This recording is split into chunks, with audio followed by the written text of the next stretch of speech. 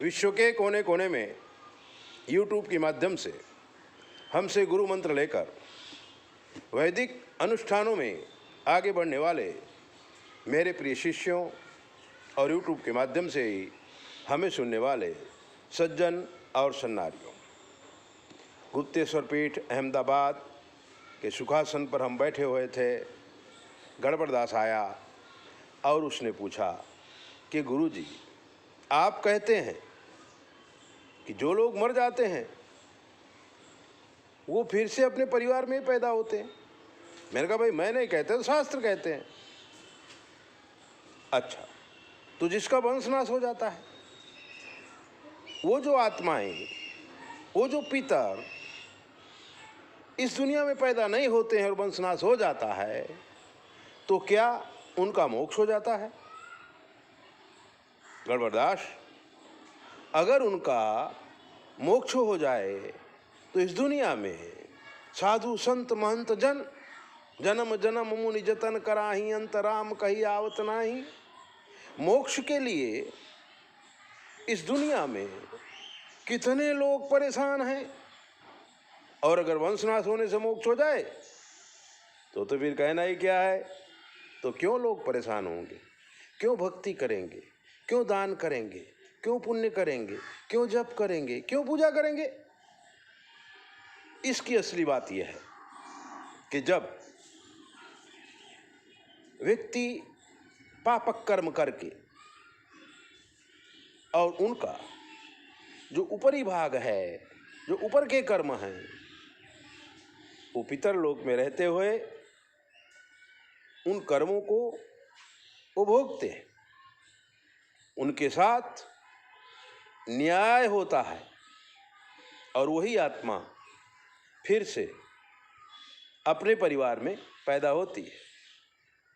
अब उसने बहुत अच्छे अच्छे काम किए हैं तो बुरे कर्मों का फल वो पहले लड़कपन में भोग लेता है, और फिर जब अपना कार्य शुरू करता है 18 से 20 से 25 से, तो उसके सत्कर्म उसे साथ देते हैं, हर जगह वो जीत जाता है। और अगर सत्कर्म बहुत अच्छे नहीं है तो बहुत बड़ी पढ़ाई पढ़ लेगा, डॉक्टर बन जाएगा, इंजीनियर बन जाएगा, साइंटिस्ट बन जाएगा, लेकिन सफलता उसे नहीं मिलेगी।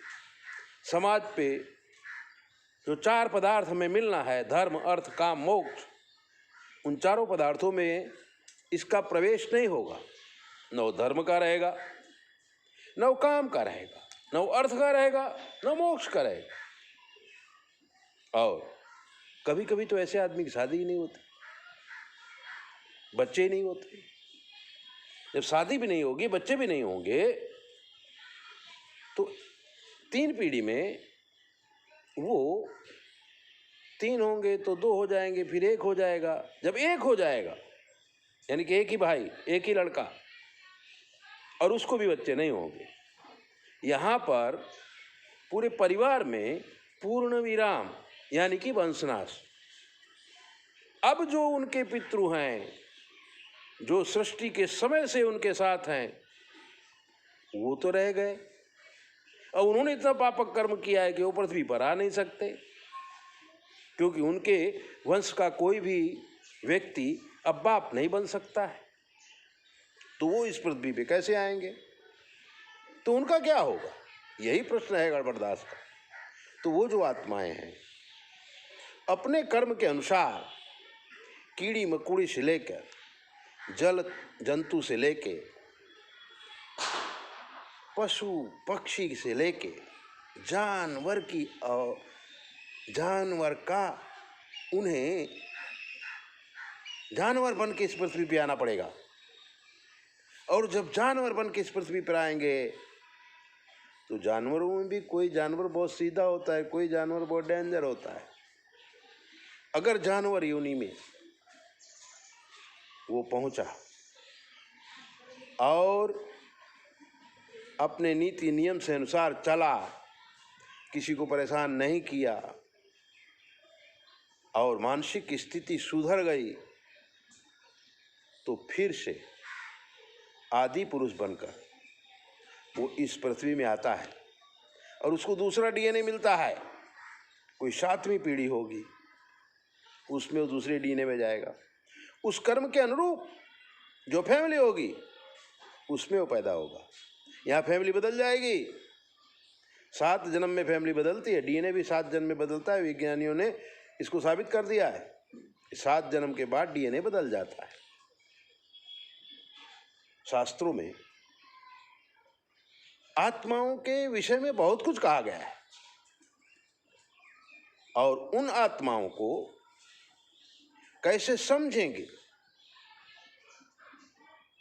तो ये एक जन्म की बात नहीं है। इसी को ध्यान योग कहते हैं। जब सूक्ष्मदर्शी पुरुष, सूक्ष्मदर्शी ज्योतिष, आजकल सब लोग ज्योतिष सीखने लगे हैं, सीखो, इसकी ना नहीं है, लेकिन अपने आप ही अपना भविष्य मत करने लगो। कोई कहता है मेरे शनि की दशा है, कोई कहता है मुझे राहु की दशा है, कोई कहता है मेरा ये खराब है, कोई कहता है मेरा वो खराब है। अरे भाई खराब क्यों हुआ? जब तुमने कभी किसी का खराब किया होगा तब तुम्हारा खराब हो रहा है। इसलिए उस कर्म को साधने की कोशिश करो। और परमात्मा दयालु है, अगर आप सही रास्ते से चलेंगे तो आपके पाप कर्म भी कट जाएंगे। सही आराधना करेंगे, गुरु मंत्र से पूजा करेंगे और गुरु बनाएंगे, तो आपको मार्गदर्शन देने के लिए गुरुजी मिल जाएंगे, और ऐसा आपको ज्ञान दे देंगे कि जो मानव जीवन है जिसलिए मिला है, अच्छे काम करो, धर्म अर्थ काम मोक्ष की प्राप्ति करो और जीवन को सफल बनाओ। ऐसे दिव्य बातों को जानने के लिए आप हमारे चैनल को सब्सक्राइबर करो, लाइक करो, दूसरों को भी भेजो। और अगर आपके जीवन कोई कष्ट है हमसे पूछ लीजिए, शास्त्र के अनुसार हम आपको जवाब देंगे, वो भी बिल्कुल फ्री। 9825200108। जय भोले, अपना ध्यान रखा करो।